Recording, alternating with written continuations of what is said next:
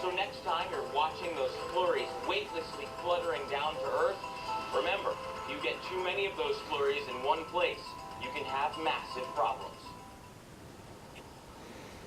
Okay, Mark Elliott, thanks so much for that information. Now, folks, let's share you a little bit of information when it comes to meteorology. Now, when forecasting in North America, weather in its most rudimentary, most bare-bones sense is watching weather systems move across our continent from the west towards the east. Now, obviously, there's some variations there. It moves a little bit sometimes to the northeast, and sometimes they retrograde, but generally it's going west to east. Well, as we see this system moving its way farther east, eventually out into the open expanse of the Atlantic, guess what?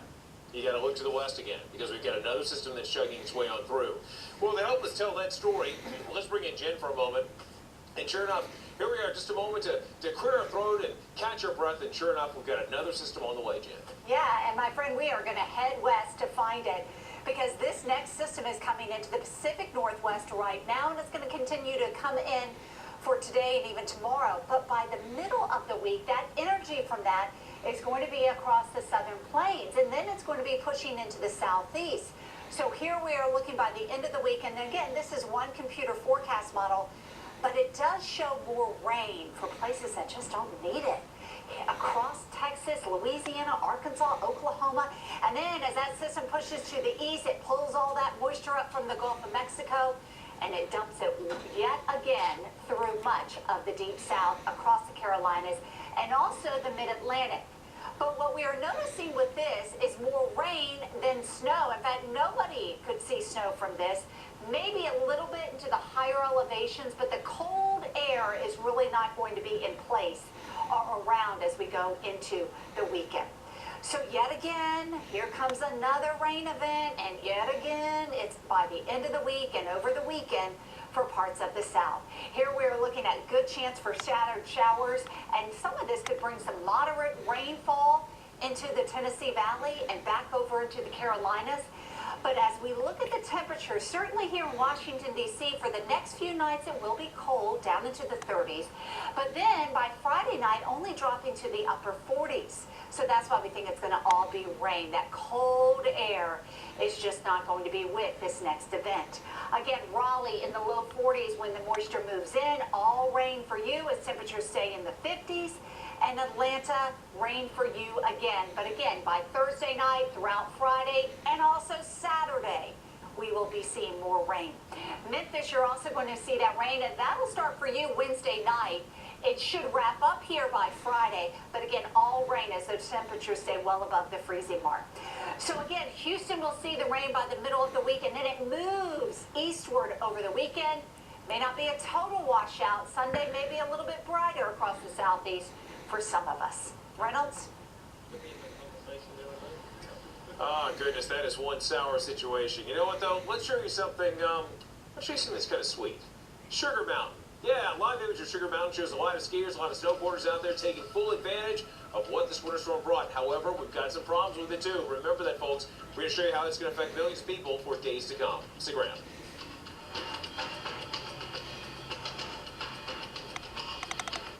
September to remember starts with a December to remember at the Lexus December to Remember sales event. Lease the 2019 RX 350 for $419 a month for 36 months. Experience amazing at your Lexus dealer. It's not the way it looks in the instructions, Harold. I think that fit. Where's A5? It's ridiculous. Where are the words? Brakes are good. Have a brake. Have a Kit Kat. Excuse me a minute. Hi, Dad. No, don't try to get up. Hi, I'm Julie, a right-at-home caregiver. And if I'd been caring for Tom's dad, I would have noticed some dizziness that could lead to balance issues. That's because I'm trained to report any changes in behavior, no matter how small. So Tom can have peace of mind. We'll be right there. We have to go. Hey, Tom, you should try right at home. They're great for us. The right care, right at home. What happened to you? Welcome to healing. I got beaten up because I was different. So I created a world where I can be whoever I want to be.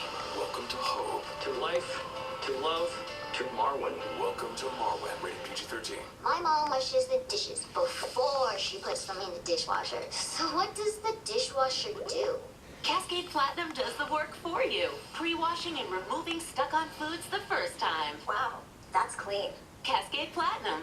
Some legs of lumber, an arms of steel, beats of all hammers at every meal. It can hold your house in the palm of its hand. Squeeze your home and not home and Big June got you covered. Great Big June, there ain't no other. So, this is covered, right? Yes, ma'am. Take care of it for you right now. Yeah! Hi, this is Jamie. We need some help. I utterly believe that this is the future of vacuuming. With this powerful digital motor, Dyson has reinvented the cord-free vacuum. The new torque drive brush bar digs deep into carpets for powerful cleaning. A 7-cell lithium-ion battery delivers longer-lasting, fade-free cleaning and the suction you need wherever and however you clean. And of course, a bigger bin. It's better, and it's right to do something that's better.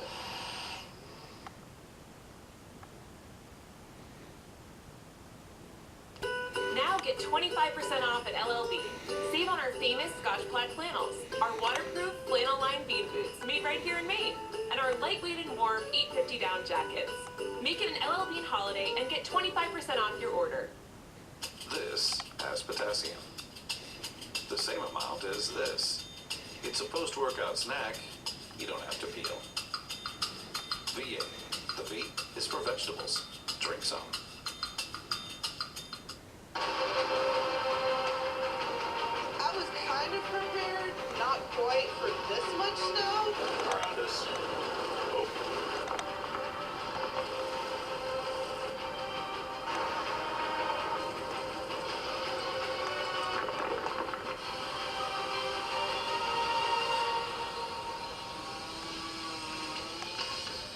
And Winter Storm Diego cripples the southeast, dropping record snow this weekend. The worst of the storm is over, but travel problems and power outages will last well into the work week.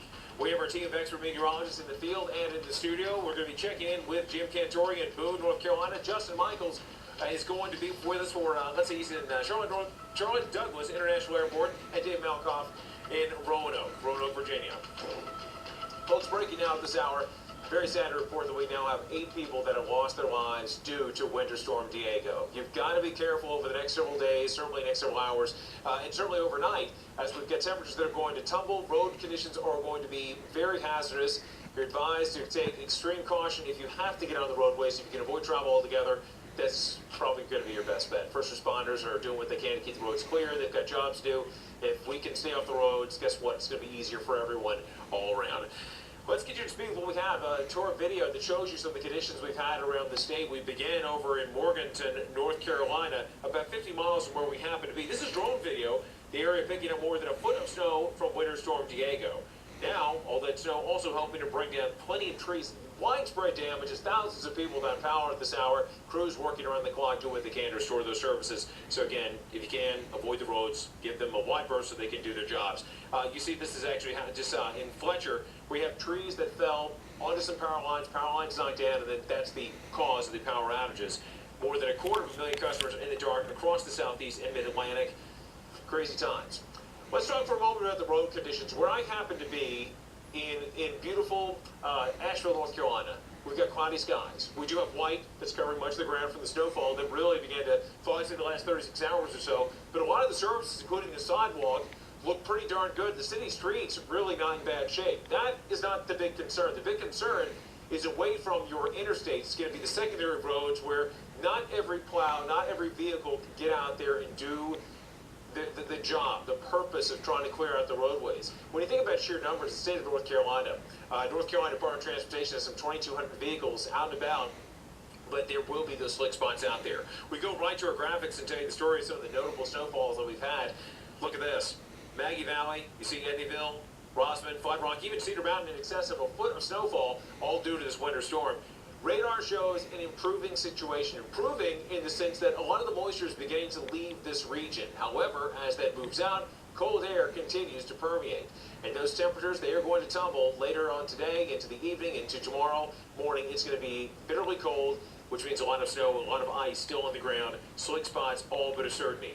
Right now, we got cloudy skies. Winds are very light for the time being. Not much in terms of gusts to speak of. Certainly a different situation yesterday morning. Wind relatively strong, quite a bit of blowing snow. That is not the issue now. And in terms of the precip, it, again, as we mentioned, it has been coming to a bit of a halt. One of the places that's been hit especially hard by the heavy snowfall, not here, but Boone, North Carolina. That's where we find Jim Cantore. Jim has this report for us. Jim. All right, the light at the end of the tunnel has arrived here in Boone, North Carolina. As a matter of fact, you can see it right up there. All right, here comes the sun. Snow is ending, but now our issues here in Boone, after 20 inches, give or take a couple of inches, we got to get this stuff out of here. It's going to freeze tonight. Temperature's going down in the teens. You can see it's all liquid now. We're about 32 degrees. But what they've been doing is you see all these snow piles on the side of the roads. These are all businesses, all legitimate parking spaces. So as you can see here, they brought in payloaders. They brought in big dump trucks hauling the snow away. And we saw this in Boston a few years ago when they had the record-setting snow. Tight spaces means you got to put that snow somewhere initially, get it on the roads. They've done that. Now they got to remove it. So when people come in to either ski on the weekends or enjoy just the Christmas feel up here in the mountains, they will be able to do so and actually have a place to park. A lot of big snow. And it's not just, again, where they're removing it now, but look at all these piles here, right across the street from me here at the attorney office, and even up the street. I mean, you can see them all on the side road, all taking up parking spaces. So nice job on the roads here. Notice the sun just out for a little while with a little bit of salt has done a nice job on these roads. A really nice job on these roads. So it's about snow removal right now. Not only the big piles, but also the little ones, especially around the fire hydrants. I got a chance to talk to the fire marshal earlier on, and we talked about moving snow away from the fire hydrants. Well, obviously, you know, if they have to get on scene somewhere and actually use the hydrant, it obviously takes time to clear it away. And just like you spoke to, you know, right now it's not bad. In several days, as it starts to harden, it'll take a lot of time to get this cleared out. Taking time that we don't need to be spending when we get there to try to yeah, let's talk about that. Let's say this thing was covered with caked ice and snow. Correct. How much longer does that add to your? I would say it would take time to get to the fire. Probably several minutes just to get it cleared out. And if it gets to a point where it's so hard packed and we can't get it undone, then we'll just have to go to the next one down and hope that it's a little bit easier to clear. So think about it. Having to remove all this, especially after it's frozen, could mean the difference in saving your house or your neighbor's house and not. All right. So snowfall right now here in downtown Boone, sitting right around 19, 20 inches. Remember, this is just what's on the ground right now. There's a heavier wet snow on top of a much lighter snow, so that has compacted a little bit. So we're going to be up there. A very, very big snow for any month here, even in western North Carolina. Enjoy it while you can, because later this week, we're talking about rain, thunderstorms, and the potential to flood here. No rest for the weary in this busy December pattern. From downtown Boone, I am meteorologist Jim Cantore. Okay, so Jim was talking about, alluding to the next system that is going to move into the region as we roll into the next couple of days. Well, if that moves in, a lot of people are trying to move out. That's not easy, especially in terms of air travel. Yesterday, the airport in Charlotte, it was an absolute nightmare. It had a springboard on travel around the country. To get us up to speed with what's happening right now in Charlotte, let's make our way back to national correspondent Justin Michaels. And Justin, I got to ask you, this morning, are you seeing a lot of families or just mostly business travel? It seems like a little bit of both, Reynolds, but what's been most interesting here at Charlotte Douglas International is the fact that there aren't a lot of people here. But if you look at how many cancellations there are even still today, it kind of makes sense. There are nearly 500 cancellations at this one airport today. So it's been a little bit quiet. And you can see here in the baggage claim area, not too much activity right now. But we did find somebody right over here who's had to deal with this travel nightmare. Evan Ruth, thank you for being with us here on the Weather Channel. All right, so you came from an area that you would expect to have a travel delay, but you didn't have one there. Where'd you come from, and how was the delay or the cancellation? I came from Minnesota, and we were supposed to fly out yesterday, and so we just rescheduled to today. I got the notification that it had been canceled and called up. And you're from here, so when you heard that there were like 1,100 cancellations just yesterday, I mean, did you ever think you were going to get home? I was actually very pleasantly surprised on how I got back home pretty fast. And it was actually a little bit of a blessing in disguise because we spent it with my 90-year-old great grandma, so it was nice to have an extra day with her to hang out. Yeah. Well, and that actually is quite nice. And tell me though, just as far as the whole travel day and the travel nightmare, as they're calling it, the huge backlog, like 1,500 flights have been canceled in 2 days. Your experience going around to some major airports, what has it been like? We got here plenty early, so we were okay.